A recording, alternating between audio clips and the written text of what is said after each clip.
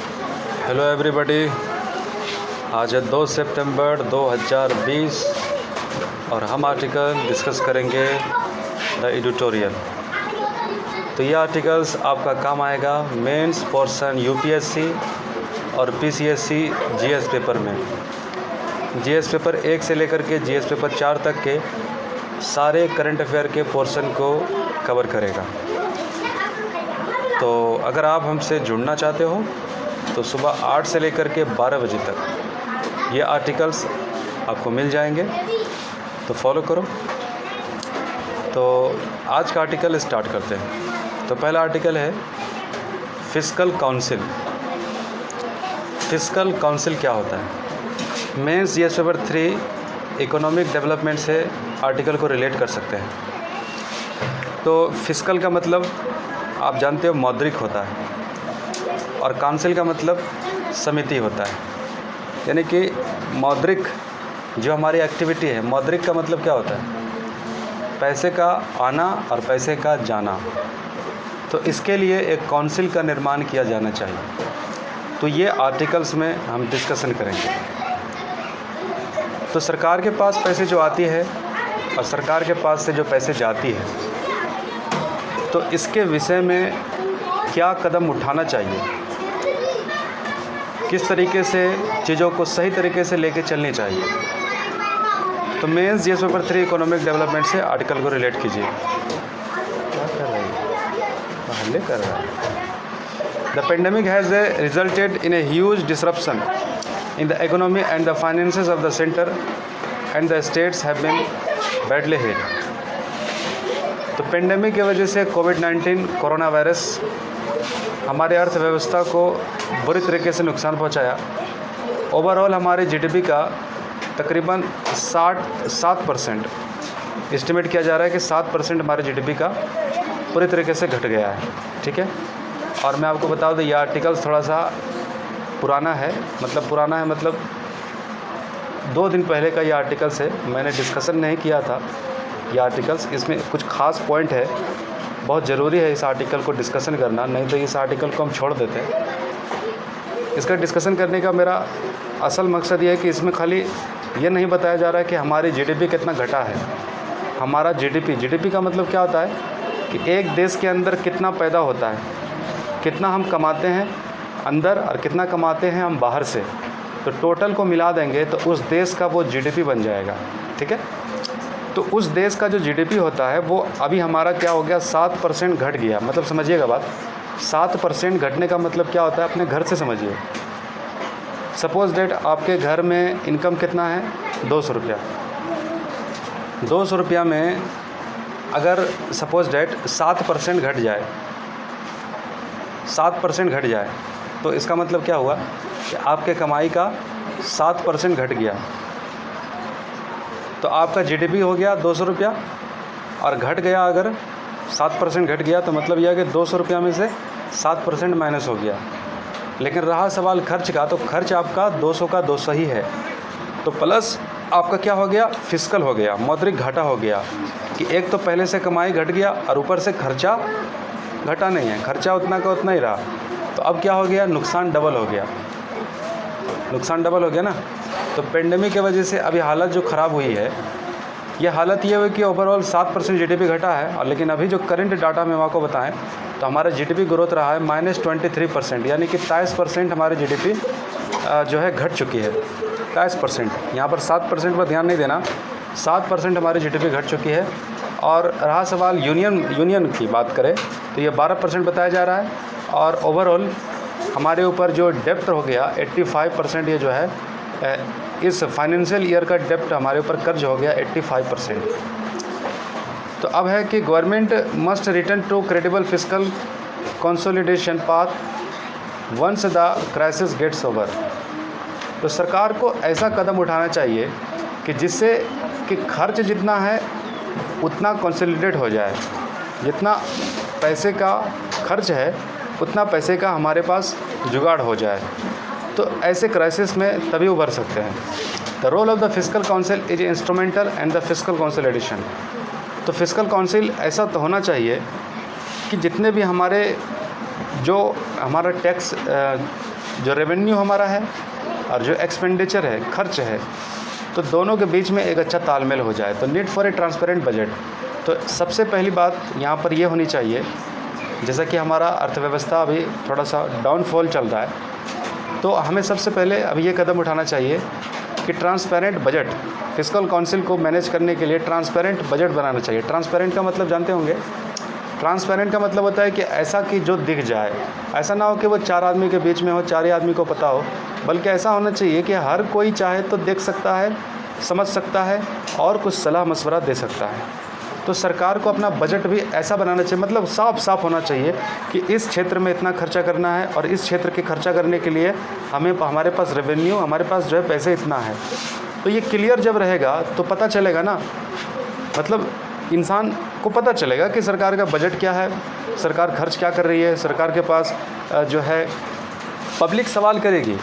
अगर गलत तरीके से सपोज डेट अगर मान ली जाए कि अगर करप्शन होता है, भ्रष्टाचार होता है, तो ऐसे में ये पकड़ा जाएगा। ऐसे में लोग भी जो है इस चीज़ों को एनालिसिस करेंगे, टाइम टू टाइम लोगों को, मीडिया को भी ये चीज़ जो है आम की जाएगी।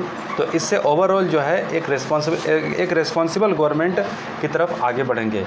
तो पहली बात यह है कि हमें क्या करना चाहिए, ट्रांसपेरेंट और कॉम्प्रिहेंसिव। क्योंकि हम देखते हैं कि हमारा बजट क्या होता है, हमारा बजट बहुत लंबा चौड़ा बजट होता है कि आम इंसान के समझ से बाहर, मतलब कोई मैं आपको ऐसी बात बताऊं जो आपको समझ में नहीं आए तो फिर क्या फ़ायदा वो बात आपको सुनने से। तो हमारे सरकार का जो बजट का पेपर होता है, इतना लंबा चौड़ा बयान होता है, इतना उसमें बातें रखी जाती है कि पता ही नहीं चलता है कि कौन सा काम का बात है और कौन सा बेकार बात है। तो अब सरकार को क्या करना चाहिए कि बजट का जो तैयारी है वो बड़ा कॉम्प्रिहेंसिव करना चाहिए और ट्रांसपेरेंट करना चाहिए, एकदम साफ साफ होना चाहिए कि आपका ये खर्च है और ये हमारे पास आमदनी है। तो तब हम बना सकते हैं, अकाउंटेबिलिटी तब पैदा होगी। There has been a trend the postpone the target, timely non settlement of bill payment and of budget financing the so lower deficit. तो पता चलेगा कि कहाँ हमारा लू फॉल्ट है, कहाँ पर पैसे कम पड़ रहे हैं, कहाँ पर ज़्यादा हो रहे हैं। तो कैग रिपोर्ट ने यह हाईलाइटेड किया है कि लायबिलिटीज़ को अच्छे तरीके से बजट में मेंटेन करने के लिए हमें हाईलाइटेड करना पड़ेगा चीज़ों को, जो हमारे ऑब्स्टिकल्स है, जो दिक्कतें हैं बजट में, जो ट्रांसपेरेंसी की जो अभाव है, इसको ठीक करना पड़ेगा। 13वें फाइनेंस कमीशन ने भी फिस्कल काउंसिल का मशवरा दिया था। तो इसके लिए फिस्कल काउंसिल बनाने की बात है कि जो ट्रांसपेरेंट और कॉम्प्रिहेंसिव मैनर से बजट का एनालिसिस करे, सरकार के खर्चों का और सरकार के एक्सपेंडिचर का, सरकार के रेवेन्यू का, तो ये सब काम किया जाए। और इसके लिए 13वें फाइनेंस कमीशन ने भी फिस्कल काउंसिल बनाने के लिए सलाह दिया था।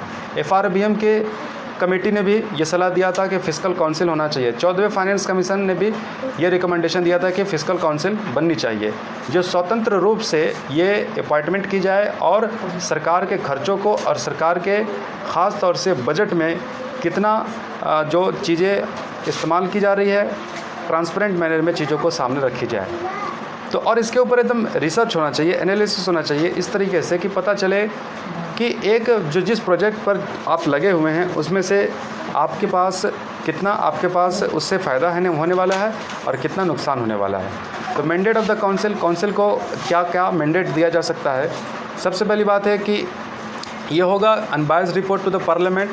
ये पार्लियामेंट के सामने रिपोर्ट पेश करेगी ताकि पता चले कि उसके ऊपर पार्लियामेंट में एक हेल्दी डिबेट हो और हमारी सरकार अकाउंटेबल बन जाए। ठीक है, तो अनबायस्ड मैनर में रिपोर्ट को तैयार की जाएगी फिस्कल काउंसिल के द्वारा और वो रिपोर्ट रखी जाएगी पार्लियामेंट में और फिर पार्लियामेंट में उसके ऊपर हेल्दी डिबेट होगा, मतलब लोग बातचीत करेंगे और उससे आम लोगों के बीच में भी बातें पहुंचेगी तो अपना भी राय वो रख सकेंगे। तो costing of various policies and programmes to promote transparency and discourage the populist shift in the fiscal policy to improve accountability. तो अब ये प्रोग्राम जो होगा प्रमोट होगा, सपोज डेट कोई भी स्कीम्स सरकार निकालेगी और उस स्कीम्स के लिए जितना भी बजट एलोकेशन किया गया है तो पैसे को सही जगह पर सही तरीके से इस्तेमाल करने के लिए अब अकाउंटेबिलिटी फिक्स हो जाएगी। लोगों को भी पता रहेगा कि सरकार ने ये स्कीम्स निकाला है और इस स्कीम्स के लिए हमारे पास इतना सरकार ने बजट अलॉट किया। तो अब क्या होगा, वो चीज़ें दिखनी शुरू हो जाएगी। Scientific estimate the cost of programme, ऐसा नहीं है कि कोई भी मतलब एक प्रोजेक्ट हमने निकाला और उसमें बस हमने अंदाजे से कर दिया कि 10,000 करोड़ इसमें लगेगा, ऐसा नहीं होना चाहिए। उसके ऊपर साइंटिफिक एस्टिमेट होना चाहिए कि जो ना ज़्यादा हो ना ज़्यादा कम हो। अब मनरेगा की ही बात कर ले, मनरेगा में क्या होता है कि एक बंदा काम कर रहा है, काम करते करते उसको 3 महीना 4 महीना उसको जो है कॉस्ट हो चुका है, उनको तनख्वाह नहीं मिल रहा है, और फिर उसके बाद जो है अचानक से जब 6 महीना हो जाता है तो 3 महीने का तनख्वाह मिलता है। तो अब जाहिर सी बात है कि एक मज़दूर क्लास का आदमी है, अब पता नहीं है सरकार को कि मनरेगा में कितने वर्कर है, कितने को पैसे पेमेंट देने की ज़रूरत है, और ये पेमेंट भी जल्दी नहीं दी जाती है, तो समस्या पैदा हो जाती है। तो साइंटिफिक ये होना चाहिए, पता चलना चाहिए कि कितना चीज़ें कहाँ चली जा रही है। तो it should work considerance keeper monitoring rule based policies and the raising awareness and the level of debate with in the outside parliament. और एक डिबेट पार्लियामेंट में भी होगी, और एक डिबेट बाहर भी होगी, पब्लिक के बीच में भी होगी। पब्लिक भी इसके बारे में चर्चा करना शुरू कर देंगे। तो अब कौन कौन से इसके एट्रीब्यूट होंगे देख लीजिए कि सबसे पहली बात है कि it should have a local ownership. अब जो होगा लोकल लेवल पर फिस्कल काउंसिल का ये ऑनरशिप होनी चाहिए, जो एक्टिविटी वो करेंगे उसमें वो स्वतंत्र होना चाहिए। कोई भी अगर वाकई में अगर ये स्वतंत्र होंगे तो अनबाइस्ड ये कार्य कर पाएंगे और इससे फ़ायदा होगा। It should be the independent and the non partnership, किसी का कोई हिस्सेदारी इसके अंदर नहीं होनी चाहिए, स्वतंत्रता इसके अंदर होनी चाहिए ताकि ये काम अच्छे तरीके से कर सके। It should have a clear mandate and resource, अच्छा रिसोर्स संसाधन सारी चीज़ें मैंडेट इनके पास पावर शक्ति होनी चाहिए ताकि ये चीज़ों को अच्छे तरीके से मेंटेन कर सके। It should have a relation with legislature, तो लेजिस्लेचर जो कानून बनाने वाले हैं उनके साथ इनका अच्छा संपर्क होनी चाहिए। और it should have access to information, और किसी भी प्रकार का इन्फॉर्मेशन अगर चाहिए फिस्कल काउंसिल को तो इन्फॉर्मेशन प्राप्त करने के लिए इनको पूरी छूट होनी चाहिए।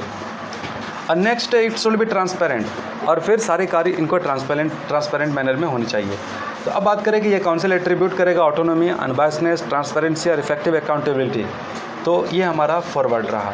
तो ये था पहला आर्टिकल। और दूसरा आर्टिकल हमारा है इलोसिव टैक्स पेयर। तो mains GS paper 3 economic development से आर्टिकल को रिलेट कर सकते हैं। तो this year India deficit like to increase due to the fall of incomes due to lockdown introduced by the कोविड-19 पेंडेमिक। जान रहे हमारी अर्थव्यवस्था डाउनफॉल हो रही है, लोगों का इनकम डाउन हो रहा है कोविड-19 की वजह से। The government has a few options than the collecting more taxes, but the sharp rise in the unemployment, the tax collection is about decrease. सरकार चाहती है कि टैक्स कलेक्शन को बढ़ाया जाए, टैक्स को अच्छे तरीके से कलेक्ट की जाए, लेकिन सवाल यह है कि लोग बेरोजगार है, लोगों के पास पैसे नहीं है, मार्केट में डिमांड नहीं है। तो ऐसे में सरकार का रेवेन्यू घटता चला जा रहा है और सरकार को कोई उम्मीद नहीं दिख रही है आगे भी कि रेवेन्यू सरकार की कैसे बढ़ेगी, जबकि एक्सपेंडिचर बढ़ता चला जा रहा है। So income tax reform was launch to make the system faceless, painless and seamless. तो सरकार ने इनकम टैक्स में कुछ चेंजेस किए हैं सरकार ने कि फेसलेस जो है चीज़ें चलेगी, मतलब कोई इनकम टैक्स पेयर जो है उसको हैरेसमेंट ना किया जाए, उनको फेसलेस उनका चेहरा उनको रिकॉग्नाइज नहीं करने के बावजूद भी वो अच्छे तरीके से डिजिटली वो अपना पेमेंट टैक्स पे कर पाएंगे। पेनलेस उनको तकलीफ नहीं दी जाएगी, सीमलेस उनके लिए सुविधा प्रदान की जाएगी। तो drop in the number of tax payer, तो कई सारे देखिए पेंडेमिक की वजह से कारोबार में जो कमी हुई है तो इसके वजह से टैक्स पेयर में भी जो है काफ़ी कमी हो गई है। बताया जा रहा है कि डायरेक्ट टैक्स जो है तकरीबन 5.5% जो है घट गया है। तो this is a direct result concession for the budget to those earn less than 5 lakh per annum. तो सरकार ने कोशिश की अट्रैक्ट करने की 5 लाख पर एनम जिनकी इनकम है, तो उनको ये जायज़ से है कि उनको टैक्स पे करनी चाहिए। Filling the returns by those outside the tax net will increase both the tax GDP ratio and the number of tax payer. तो but the increase the tax on the tax rate on those already complying would improve only the tax to GDP ratio. This question to success of the demonetization increase the number of taxpayer. तो बात यही है कि सरकार की tax paying जो है लोगों की तादाद घट रही है, और कहा जाता है कि डिमोनेटाइजेशन के बाद यानी कि नोटबंदी के बाद टैक्स पेयर की तादाद में बढ़ोतरी हुई है, लेकिन ये रियलिटी नहीं है। To reduce the corruption in the system, the government has introduced the faceless and dynamic system, the tax assessment. तो सरकार ने ये जो सिस्टम निकाला है करप्शन को कम करने के लिए, फेसलेस असेसमेंट्स और टैक्स पे करने वाले लोगों के लिए, तो ये एक अच्छा है। तो असेसमेंट होगा, यूनिट बाय होगा, verification unit, review the unit, technical unit, ये चीज़ें रिकॉग्नाइज की जाएगी। डिपार्टमेंट इनकम टैक्स डिपार्टमेंट किसी व्यक्ति को कैसे उससे टैक्स पे करना है, तो ये सरकार ने टैक्स पेयर करने वाले के लिए अच्छा गाइडलाइन जो है लेकर के आई है। There will be also the small unit take care of the past matter. तो लिमिटेशन क्या है? There is a concern the software can be the manipulated by those knowing the system. The income tax department is under staff to assess the claim that can be the manipulated very easily. तो जो digitally चीज़ें tax की जाएगी, यानी कि जो सुविधा tax payer को प्रदान करने के लिए, तो अब इसमें चैलेंजेस, 2 चैलेंजेज है। पहला चैलेंजेज ये है कि इसमें मैनिपुलेटेड हो सकता है, सॉफ्टवेयर में काफ़ी सारी चीज़ें हेर फेर हो सकती है। और दूसरा ये है कि इनकम टैक्स डिपार्टमेंट में स्टाफ की काफ़ी कमी है। जो पॉलिसी सरकार लेकर के आई है टैक्स पेइंग को सुविधा प्रदान करने के लिए, तो ये हो सकती है, लेकिन अंडर स्टाफ्ड है, काफ़ी स्टाफ की रिक्वायरमेंट करने की ज़रूरत है, लेकिन सरकार के पास सैलरी देने के लिए पैसे नहीं है, तो रिक्वायरमेंट कहाँ से करेंगी, तो समस्या ये भी है। ठीक है, तो business over invoice the earning the first the tax record is too the complex to solve. तो ये था दूसरा आर्टिकल। तीसरा आर्टिकल है हमारा gender parity and economic growth. ठीक है, तो mains GS paper 2 social justice से आर्टिकल को रिलेट कर सकते हैं। The economic fall out the कोविड-19 made the womens the more vulnerables, reduce gender equality and damage the economic. तो महिलाओं के ऊपर ये बात की जा रही है। सवाल आपका देखो, यूपीएससी देखो सवाल पूछ सकता है, महिलाओं के ऊपर हर साल 2 सवाल पूछता है।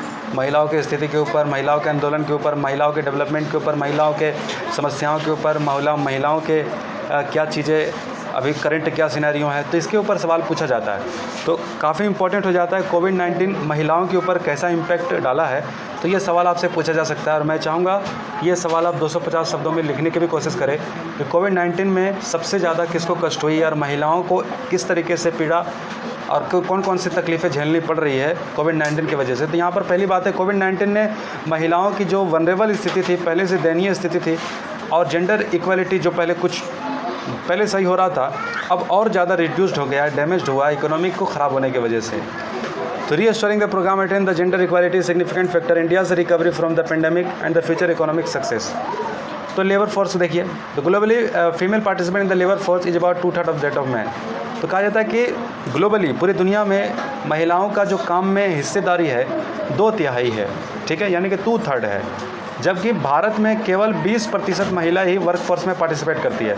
दुनिया में 2/3 है, यानी कि 75%, सॉरी 75 नहीं, 2/3 का मतलब हो गया कि 4 हिस्सा में, मतलब मान के रखिए 1 हिस्सा तकरीबन जो है 2/3 से थोड़ा सा ज़्यादा है। तो 20% वर्कफोर्स महिलाओं की है भारत में, जो कि बहुत ही कम है। According to the unemployment survey in India, women job losses due to the covid account for 23% overall job losses.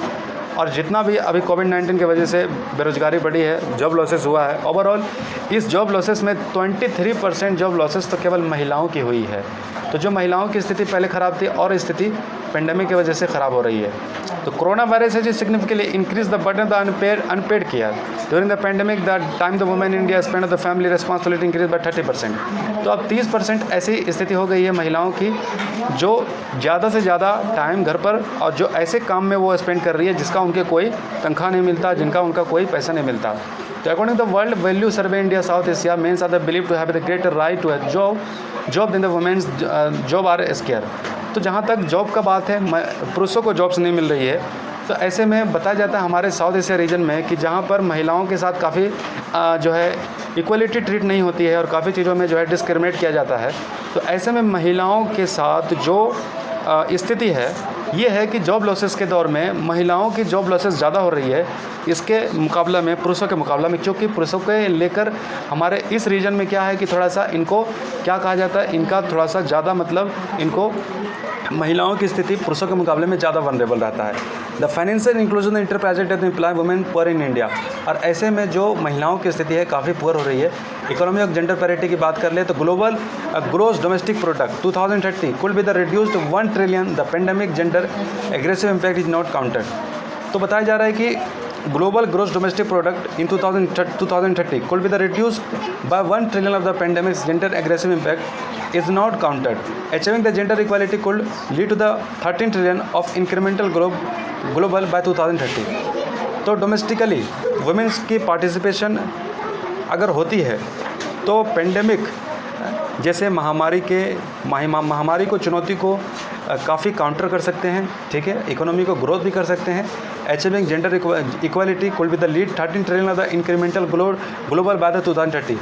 तो जो अभी हालात बनी है, महिलाओं को जो भेदभाव किया जा रहा है या फिर चीज़ों को जॉब लॉसेस सबसे ज़्यादा 23% ओवरऑल हमारे देश में महिलाओं की जो स्थिति ख़राब हो रही है आगे भी हो सकती है। तो अगर ये ना हुई, अगर 50 to 50 अगर पार्टिसिपेशन रहा, बराबरी का अगर हिस्सेदारी रहा, तो $13 ट्रिलियन तक की हमारे जीडीपी यानी कि इक्वलिटी आ सकती है, इंक्रीमेंटल ग्रोथ आ सकता है ग्लोबली। 13 ट्रिलियन तक महिलाओं का कंट्रीब्यूशन हो सकता है 2030 तक, ठीक है। अगर महिलाओं को उनके क्षमता के हिसाब से उनको कार्य करने का पूरा सेफ जोन अगर प्रोवाइड किया जाता है तो in India there will be the 14% of GDP increase over the gender regressive scenario. तो भारत में ये बात बताया जा रहा है कि हमारा काफ़ी इम्पैक्ट है महिलाओं के ना काम करने की वजह से, और वैसे भी पेंडेमिक की वजह से जो जॉब लेसेस हो रही है, यह हालत आगे भी और ख़राब हो सकती है। तो देखिए हमें कदम क्या लेना चाहिए। Increase women's labour force participation, महिलाओं के पार्टिसिपेशन बढ़ाना चाहिए फोर्स लेबर में। Reducing the amount the unpaid work, repelling in between the men and women. जो हम महिलाओं के तनख्वाह में पुरुषों के तनख्वाह से कंपेयर करके कम करके बहुत ज़्यादा समान कार्य के लिए समान पैसा नहीं देते हैं, तो ये नहीं करना चाहिए, बल्कि दोनों को वो समान देना चाहिए, बल्कि बराबर का पैसा देना चाहिए, सैलरी देनी चाहिए, भेदभाव नहीं करना चाहिए।